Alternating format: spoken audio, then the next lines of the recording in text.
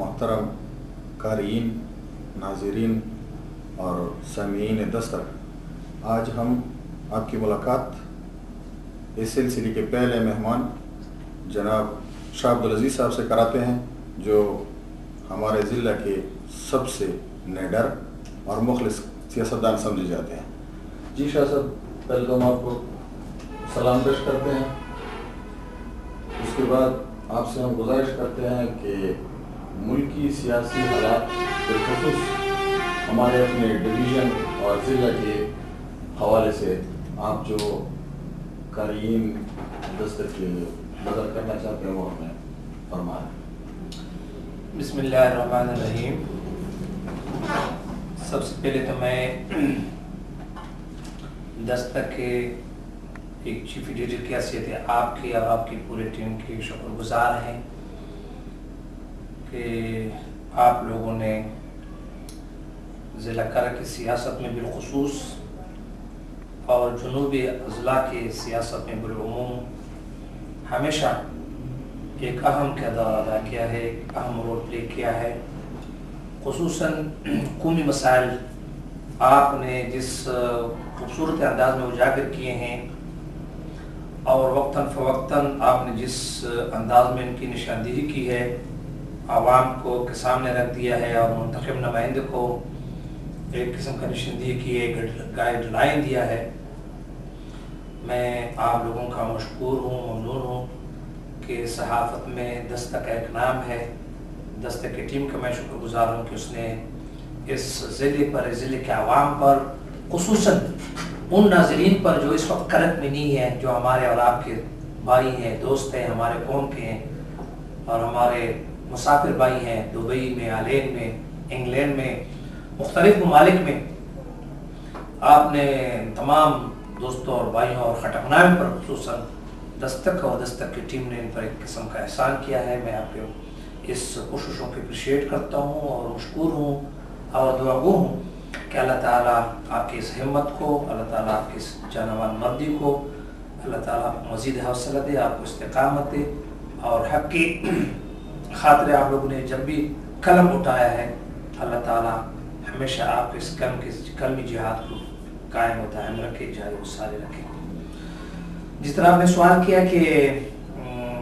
Division اور علاقائی صورتحال، ضلعی صورتحال، یقیناً آپ جانتے ہیں اور ہمارے قائرین جانتے ہیں کہ کرک کا ضلع یا حلقہ 15 خٹکنامہ اب وہ خٹک نہیں ہے، وہ کرک نہیں ہے جو 10 سال پہلے ہوا کرتے تھے۔ الحمدللہ اللہ تعالیٰ کے فضل و کرم سے، ان کے بے پناہ مہربانیوں سے، کرک کا سیاست، کرک کا محل وقوع، کرک کا معیشت اب بالکل یکساں مختلف ہو چکے ہیں، اور انشاءاللہ میں آپ کو، آپ کے توسط سے پورے قوم کو یہ امید دلانا چاہتا ہوں، اور جو بھائی دوست یہاں کرک میں موجود نہیں ہیں، جو دیار غیر میں ہیں، مسافر ہیں، ان کو یہ یقین دلانا چاہتا ہوں کہ انشاءاللہ وہ وقت دور نہیں کہ کرک پورے پاکستان میں ایک مثالی ضلع ہوگا، ان کی ترقیاتی بجٹ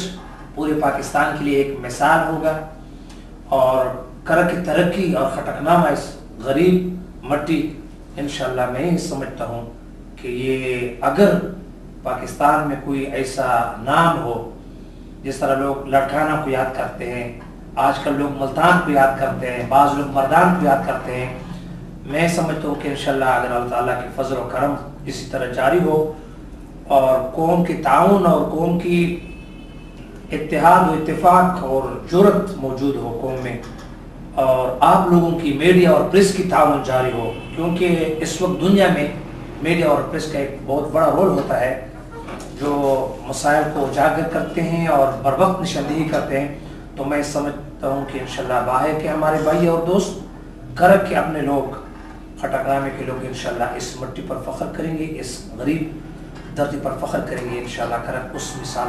اس جگہ تک پہنچ جائے گا۔ ملک کی سیاست جس جگہ پر چل رہی ہے اور ہمارے کرک کی سیاست جس جگہ پر چل رہی ہے، اس حوالے سے آپ کیا کہتے ہیں جو سیاسی حالات ہیں موجودہ؟ دیکھو، ایک ہے ملک کے حالات، ملک کی سیاست، ملک کی سیاست تو سب کے سامنے ہے، آپ کے سامنے ہے، پورے دنیا دیکھ رہی ہے کہ پاکستان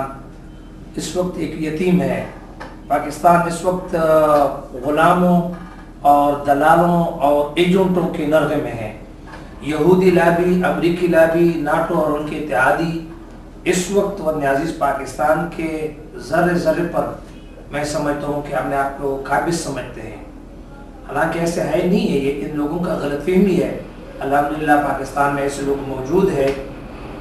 جن کا اسلام کے ساتھ محبت ہے، جن کا اس وطن عزیز پاکستان کی مٹی کے ساتھ محبت ہے۔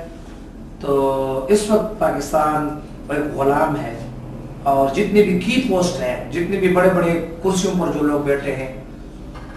وہ سارے پاکستان سے زیادہ بڑھ کر ان لوگوں کی وفاداریاں کرتے ہیں جو ہمارے پاکستان نہ اسلام کے ساتھ مخلص ہیں، نہ پاکستان کے ساتھ مخلص ہیں، نہ وطن عزیز کی عزت اور خود مختاری کے ساتھ مخلص ہے، نہ پاکستان کی اس ایٹمی قوت کے ساتھ مخلص ہے، لیکن چند مفاد پرست عناصر اپنی کرسی کی خاطر انہوں نے دلالی شروع کی ہے وطن عزیز کی کے ساتھ غداری کر رہے ہیں، غداری کے مرتکب ہو رہے ہیں، اور خزانہ کو صرف خزانہ نہیں ہے، خزانہ تو خزانہ ہے، پاکستان کی آزادی اور خود مختاری جس سے قومیں زندہ ہوتی ہے، جس پر آدمی قوموں کے سامنے فخر کر سکتا ہے کہ میں ایک آزاد قوم سے تعلق رکھتا ہوں اور وہ اس کا نام پاکستان ہے، میں ایک اسلامی مملکت سے اور آپ کو تعلق رکھتا ہوں جو اسلامی جمہوریہ پاکستان ہے۔ وہ تمام چیزیں جو ہے اس وقت عزیز پاکستان میں منہدم ہوتے نظر آ رہی ہے۔ شاہ صاحب، ان حالات سے نکلنے کے لیے آپ کو کیا کرنا ہوگا، مجھے کیا کرنا ہوگا، عوام کو کیا کرنا ہوگا؟ یہ بڑی سوچنے کی بات ہے، اور میرے لیے، آپ کے لیے، ہر درد دل کے لیے، ہر پاکستانی کے لیے، ہر مسلمان کے لیے لمحہ فکریہ ہے کہ کیا کرنا ہوگا۔ جب بھی قوم نے اعتماد کیا ہے، جب بھی قوم نے جس پارٹی پر اعتماد کیا ہے، جن لوگوں پر اعتماد کیا ہے، اقتدار کو پہنچ کر کے، پارلیمنٹ کو پہنچ کر کے، وزارتوں کو وہاں کی کرسیوں کو برجمان ہو کر کے، یہ لوگ اپنے اصلیت کو، اپنے اسلام کو، اللہ کو، خوف خدا کو اور اپنے قوم کو بھول جاتے ہیں اور اپنے مستیوں میں مست ہوتے ہیں اور دوسرے کے لیے کام کرنے لگ جاتے ہیں۔ یقیناً آپ کا سوال انتہائی مشکل ہے، اور یہ پورے من حیث القوم، پورے پاکستانی قوم کے لیے لمحہ فکریہ ہے۔ میں دعا گو ہوں، دعا کرتا ہوں کہ اللہ تعالیٰ پاکستان کو ایک ایسا مسلم، امین،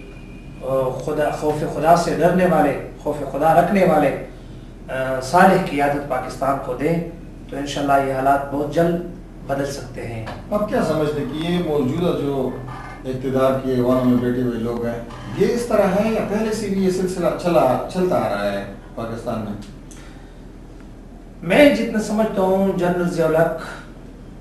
شہید کے دور کے بعد وہاں تک ایک گزارا ہوتا تھا، لوگوں میں کچھ خوف تھا، کچھ قانون کی پاسداری ہوتی تھی، کچھ خوف خدا بھی موجود تھا، کچھ امانتداری اور بڑوں اور چھوٹوں کی حیا ہوتی تھی، ایک لائن، ایک پردہ درمیان میں ہوتا تھا۔ لیکن اس طرح جو 1988 سے اس کے بعد جو ادوار شروع ہو چکے ہیں، تو میں سوچتا ہوں کہ یہ سارے دور جو ہیں، ادوار جو گزر گئے ہیں، پیپل پارٹی کا دور ہو خصوصاً، اور مسلم لیگ نے بھی اس میں کافی غلطی ہوئی ہے، مسلم لیگ سے بھی، اور ایک لوٹ مار مچا رکھی ہے، قوم کی اس عظیم امانت کو اپنا میراث سمجھ کر کے ان لوگوں نے لوٹ مار شروع کر رکھا ہے۔ پاکستان کی خزانہ کو، پاکستان کی اس امانت کو بالکل غیروں کی جولی میں، اور پھر بالخصوص میں صدر خان صاحب آپ کو یہ بتا دینا چاہتا ہوں کہ جب پرویز مشرف صاحب کا دور تھا، اس نے تو حد کر دی ہے پاکستانی قوم کی غیرت کو، حمیت کو، آزادی اور خود مختاری کو، خصوصاً مسلح افواج کی جدوجہد کو، اور اس کا جو ماٹو تھا، جو نام تھا، ایمان، تقوی، جہاد فی سبیل اللہ، میں سمجھتا ہوں کہ اس آدمی نے، اس جرنیل نے، اس ڈکٹیٹر نے، اس غاصب نے وطن عزیز پاکستان کی اس مایاناز فوج کو بدنام کر دیا، اس کا عزت کو تار کر دیا. پھر امریکہ کے سامنے اس نے جس طرح سب کچھ اس کے سامنے ان کی جھولی میں ڈال دیا، چپ کر کے سب کچھ پیش کر دیا، اپنی عزت کو، اپنی آزادی کو، اپنی سلامتی کو اور اپنے فوج کو. حالانکہ آپ دیکھتے ہیں، میں سمجھتا ہوں، میں قریب سے دیکھتا ہوں، آپ مجھ سے بھی زیادہ قریب سے دیکھتے ہیں کہ افغانستان پہ کیا کچھ ہوا. کچھ نہیں ہوا. وہ امریکہ، وہ ناٹو جو 22 دن کا شیڈول لے کر آئے تھے افغانستان کے لیے کہ طالبان کو ہم 22 دن میں ملیمیٹ کر دیں گے، الحمدللہ اللہ تعالیٰ کے فضل و کرم سے، ان لوگوں کی جذبہ جہاد سے آج 10 سال گزر گئے. یہ تو 10 سال ہے، 22 سال گزر جائیں گے انشاءاللہ. یہ تو 22 دن کا شیڈول لے کر آئے تھے کہ ہماری بیباؤن، ہماری ایٹمی طاقت، ہمارا فوج، ہماری ٹیکنالوجی افغانستان کو تس نس کرے گا. لیکن اللہ تو وہی ذات ہے جس نے میدان بدر میں اللہ تعالیٰ نے فرشتے پیش کر کے 313 مجاہدین کی مدد کی، صحابہ کرام کی مدد کی اور پورے کفار کو شکست دی اور پوری دنیا کے لیے ایک نمونہ پیش کر دیا حضور پاک صلی اللہ علیہ وسلم کے زمانے میں. میں سمجھتا ہوں کہ یہ میرے لیے، آپ کے لیے اور ہمارے قائدین کے لیے اور ہر عقلی ذی شعور کے لیے یہ ایک سبق ہے کہ جس طرح قرآن نے فرمایا ہے کہ وَلَا تَقْنَطُوا مِن رَحْمَةِ اللَّهِ، لا تقنطوا من رحمت اللہ، میرے رحمتوں سے نا امید نہ ہونا. میں شاہ صاحب آپ کی بات کو کاٹتے ہوئے کیا میں یہ مطلب لے لوں کہ پرویز مشرف کو نکال کر آپ امریت کے جو ادوار ہیں ان کو موجودہ جمہوریت سے بہتر سمجھیں؟